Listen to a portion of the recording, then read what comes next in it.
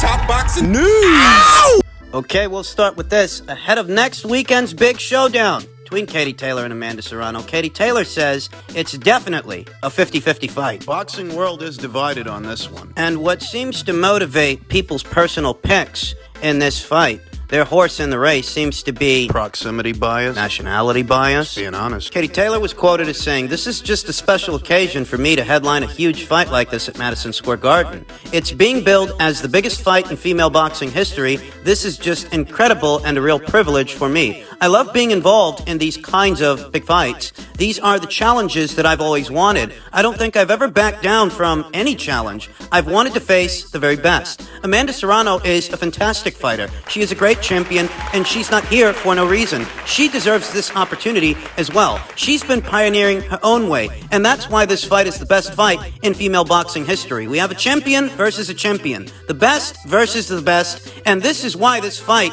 is so special. This fight is at Madison Square Garden, the most iconic venue in boxing, the mecca of boxing, really. You think of Madison Square Garden, and you think of the likes of Muhammad Ali, Joe Frazier, these kinds of fights. It's definitely a 50-50 fight. I think that a lot of people will have me, and a lot of people will have her before the fight. I love being involved in these kinds of fights. Yeah, the boxing world is definitely split on this one. Some people have Katie Taylor winning the fight. Some have Amanda Serrano winning the fight. In truth, I feel like for Amanda, this is the fight that will answer a lot of questions. I think to the eye, You often hear it said that Amanda's a 7-division champion. that sentiment is often coming from people who can't name 7 girls that Amanda fought in these 7 divisions, these 7 weight classes. Hell, they can't name 5. Oh, they can't name any of Katie Taylor's opponents either. But you see, that's the point. A lot of people have already made up their minds who they think is going to win the fight. You mean who they want to win? It's more adequate. Who they would like to see win the fight, I should say. Katie went on to say, it's years and years later, we're still talking Muhammad Ali and Joe Frazier kind of fights.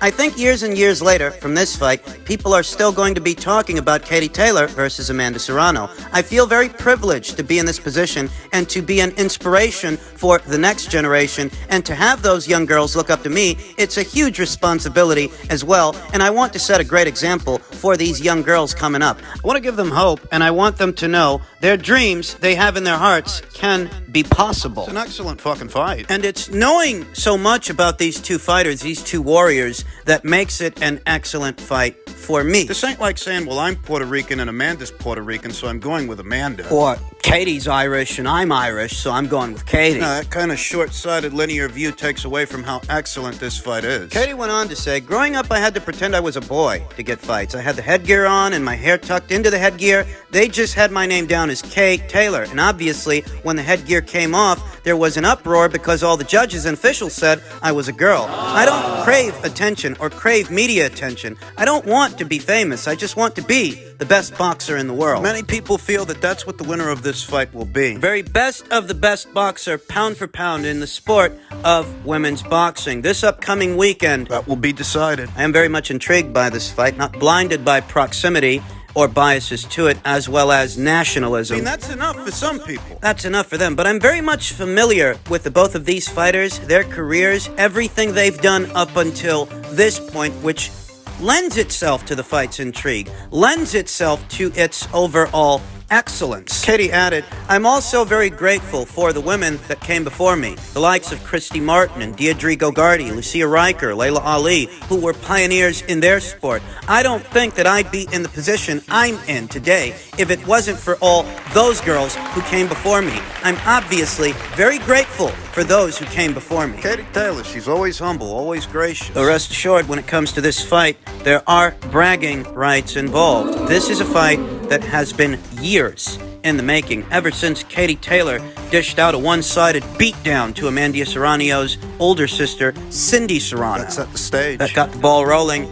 Amanda's older sister, Cindy, didn't have the same kind of career that Amanda has had so far. No knock on Cindy, but Amanda Serrano is viewed as one of the top 5 pound-for-pound women boxers in the sport. Top 3 in some circles. Cindy Serrano has not quite competed at that level, or found success there, I should say. Not the same success that Amanda has found. Put aside the blame game for the fight having taken so long to put together. Oftentimes, when it comes to Katie and Amanda, that is what has dominated the conversation. The failed attempts to do this fight in the past, and just what exactly was the issue? What was the obstruction, finance. Financial demands and circumstance. Amanda Serrano wanted to hold out for more money. She didn't want to have this fight with Katie in Eddie Hearn's backyard. In that way, it has worked out for her. She is set to make more money now than she would have then. Though if you wanted to know what's taken the fight so long to put together. And walked away to face time up because she didn't like the money. Walking away allowed the fight to grow, allowed it more time to build, more time for Amanda to build her profile, more time for Katie to rack up another couple of professional wins. Some good fights, some real good fights. Natasha Jonas, Firuza Sharapova. Delphine Persoon rematch. Delphine Persoon for a second time. That's who stood in for Amanda Serrano after Amanda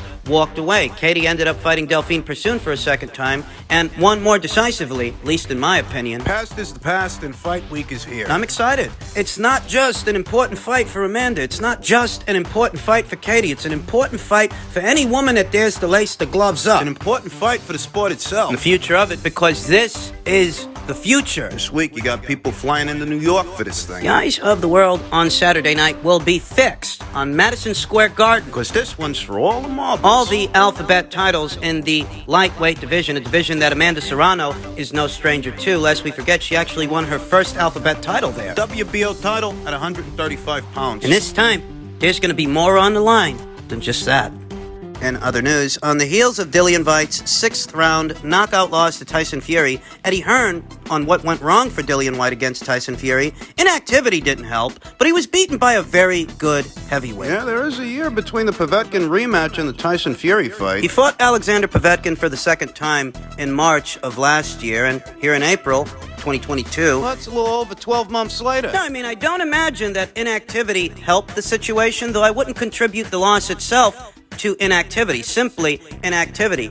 Given what it was that ended up putting Dillian Whyte on the canvas, a right uppercut. Dillian Whyte has always been a sucker for an uppercut. That didn't start on Saturday. Years ago, when he fought Anthony Joshua, when they were both unbeaten fighters, it was an uppercut that put Dillian Whyte down. In the first Alexander Povetkin fight, it was an uppercut that took him out. Dillian Whyte, characteristically, is a sucker for an uppercut. There's no excuses to make here. Even if you think to some degree that inactivity could have been a contributing factor, ultimately, There's no excuses to make here. this is what he wanted, and this is what he signed up for. Late last year, when he pulled out of that Otto Wallin fight, most people felt that he was pulling out of that fight to preserve himself for this fight. There's no excuses to make here. Nothing else need be said. By way of Instagram, a question was posed to Eddie Hearn. Would AJ swap his resume with Fury? Hey, he's trying to troll this guy. Look, in some circles, taking the piss out of Eddie Hearn has become a bit of a national pastime. I don't know what specifically they've got against that guy. In any event, the question was posed. And the question was answered. Eddie Hearn stated, Fury key wins, Klitschko, Wilder, Whyte, Chisoria,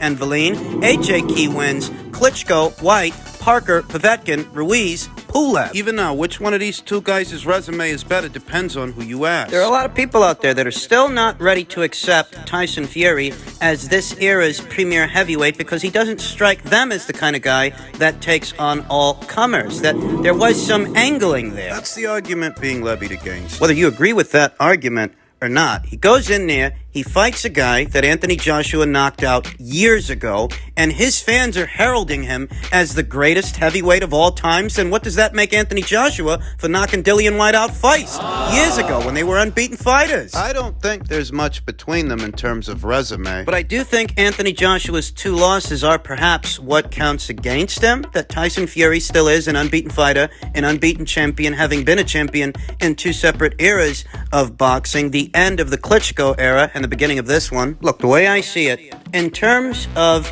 merit, Fury's win over Klitschko His win. has more merit than Anthony Joshua's win over Klitschko because when he fought Vladimir was coming off a loss. Whereas when Tyson Fury fought him, he was the reigning, unified, lineal, and Ring Magazine champion. So I think Fury's win over Klitschko yields a bit more merit than Anthony Joshua's win, even though the fight with Anthony Joshua was far more entertaining. Yeah, Fury versus Klitschko is by far one of the worst fights I've ever seen. Well, yeah, maybe there's more merit associated with it, but I don't find myself wanting to see that fight again from time to time, and I don't think most people find themselves wanting to see that fight again. So maybe Fury's win over Klitschko has a bit more merit than Anthony Joshua's win over him. But Anthony Joshua's win over Alexander Povetkin. I'd say that's better, much better than a win over Derek Chisora or Otto Valine. I'd say a win over Kubrat is better than that, too. Don't get me wrong, Tyson Fury gave Derek Chisora his first professional loss, and I do think that counts for something. But comparatively, both Alexander and Kubrat have competed at a higher level than Derek and found more success there than Derek did. So comparatively, I'd say Anthony Joshua knocking out Alexander Povetkin means more than... I'd say it means more than beating Derek, and I'd say the same about Kubrat. Because what most people don't remember is that Tyson Fury needed 2 fights with Derek to get 1 decisive victory. He didn't have it all his way the first time out. Not the first time. Whereas the first time Anthony Joshua fought Alexander Povetkin, he knocked him out. Same applies to Kubrat Pulev. Both of those guys were mandatory challengers to Anthony Joshua's belt. And I think that both of those victories count for a little more than beating Derek Chisora, because what the both of those guys were world-class operators, world-class contenders when Anthony Joshua fought them. I also think beating an unbeaten Dillian Whyte is just as good as beating an unbeaten Derek Chisora. I do. I think those 2 victories are on par with each other. One is just as good, if not a little better, than the other. People are hailing Tyson Fury as the greatest heavyweight of all times for knocking out a twice knocked out Dillian Whyte. Don't you think that's a bit much? I think that Tyson Fury's win over Deontay Wilder is a little better than Anthony Joshua's win over Joseph Parker. The problem is it took him 2 fights to get 1 decisive victory. Oh, I know that most people feel Tyson Fury did enough to win the first fight, but that really does depend on who you ask, doesn't it? If you ask Wilder's fans, they'll tell you he was robbed. They'll tell you the count was too long. When it boils down to opinion... It's going to depend on who you ask. But if we stick to the facts, Tyson Fury had to fight Deontay Wilder 2 times before he could get 1 decisive victory. Though Deontay Wilder, in my humble opinion, as an opponent, as a champion, he had a longer reign than Joseph Parker. More title defenses. I think that makes it a little better. I do think that. I think that when it comes to resume for resume between Tyson Fury and Anthony Joshua, there's not much between them, but the difference is those 2 losses count against Anthony Joshua's argument. If he loses to Alexander Usyk again, the argument goes right out the fucking window. Kinda does. Now, if he beats Alexander Usyk in the rematch, that'll keep this conversation going. That'll keep this argument alive, and I think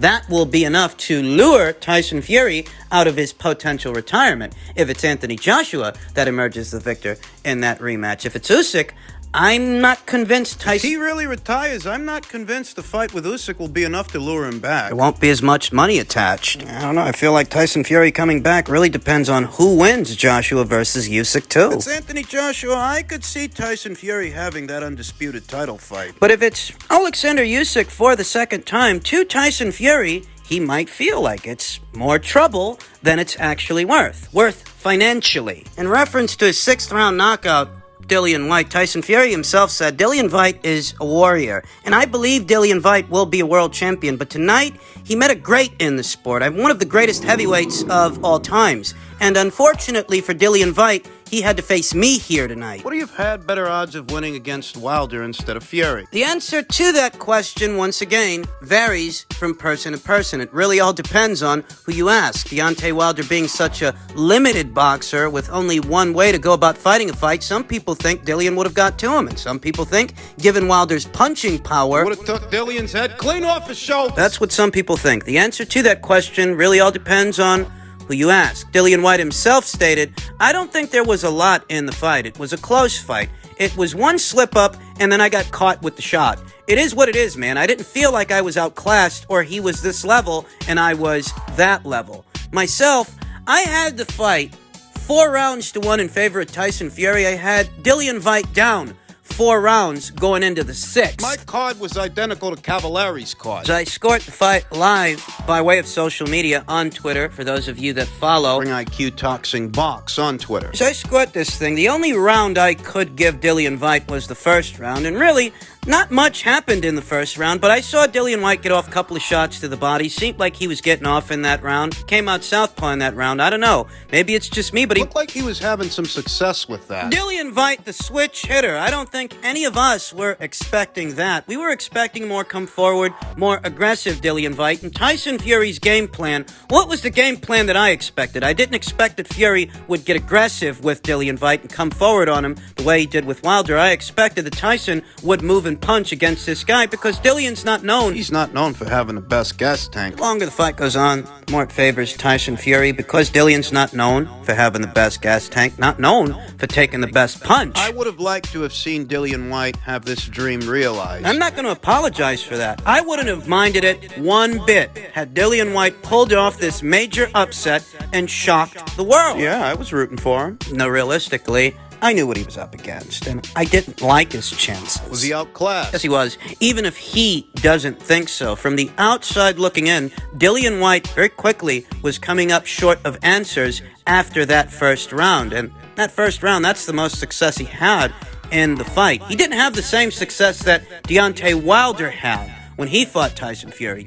Deontay Wilder has dropped Tyson Fury 4 times. 4 times in 2 out of the 3 fights they had. No, unfortunately, Dillian didn't have the same success that Deontay Wilder had against Tyson Fury. He wasn't as competitive with Tyson as Derek Chisora was all those years ago. He didn't even have the same success that Otto Wallin had not that long ago. Unfortunately, he was outclassed. And Tyson Fury got a gift decision against McDermott. McDermott had more success against Fury. Nevin Pajcik knocked him down, as did Steve Cunningham. So did Deontay Wilder 4 times in their trilogy. Those guys had more success against Tyson Fury than Dillian did. And in that way, Dillian was outclassed. Yeah, I would have liked to have seen him pull it off. And I don't think Dillian's career is over. Not by any stretch of the imagination. If you need any testament to how you can still make money in the sport of boxing, look no further than Derek Chisora. A guy with losses in the double digits. A guy who's been in big fights, very big fights, over the years because he's been willing to step into the fire and take on all comers. In that way, if Dillian Whyte stays in character and remains the fighter that he's been, he can still have a very successful boxing career. Though as far as winning a world title, He's already made millions of dollars off the sport of boxing. even without a world title, Dillian Whyte is having a very successful boxing career.